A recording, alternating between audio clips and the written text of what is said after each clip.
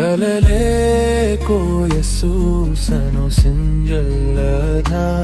amanan ako naftay barahuma. Jalale ko Jesus ano sinjalada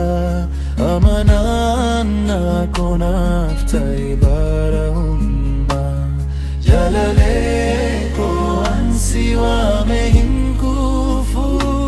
si jaja chufam may indadabu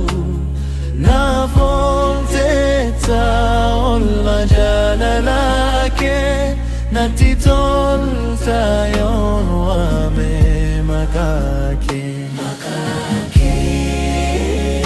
jalale ko jalale ko jalale ko jalale ko Daugari manaido bakako ufiguftana faragal fiko yon sinjade jalale garako sobamiti dhugaga motiko jalale ko jalale ko jalale ko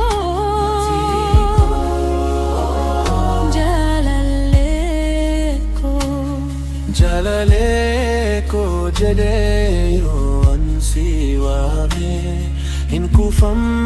tundisu itti agame naftate tamichugara koti